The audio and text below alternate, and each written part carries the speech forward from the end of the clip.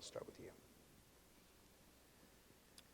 I think our nation is at a pivotal and a perilous time.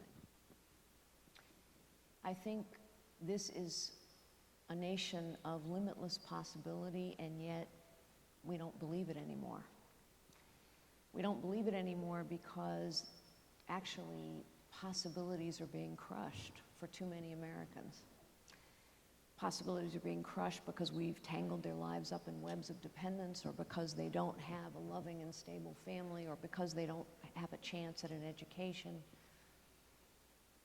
Possibilities are being crushed because too many people aren't working, because we make it too hard for new businesses and small businesses that create most of the new jobs to create those opportunities, those possibilities for people. This is no longer a place where people believe there is limitless possibility. And when we lose the sense of limitless possibility that's always defined this nation, we lose the core of who we are. We talked at the beginning of this evening about our founders and their genius.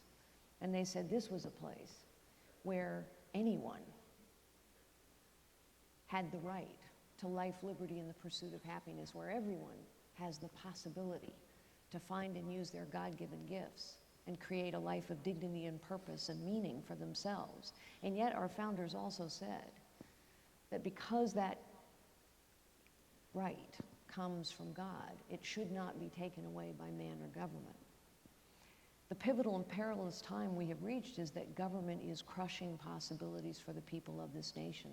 Our government has grown so big, so powerful, so costly, so corrupt, so inept, and yes, so politically correct and politically driven, that the truth is possibilities are being crushed. Government is taking them away from people.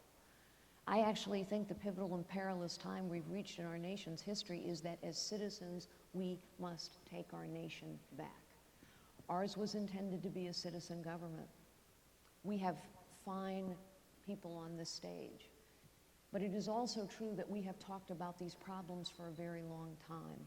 So I think we have to remember who we are. Ours was intended to be a citizen government. And I think what our nation calls for now is leadership. Leadership that has been tested, leadership that understands how the economy works, how the world works, how bureaucracies work, because that's what federal governments have become, how technology works, and mostly that the highest calling of leadership is to unlock potential in others.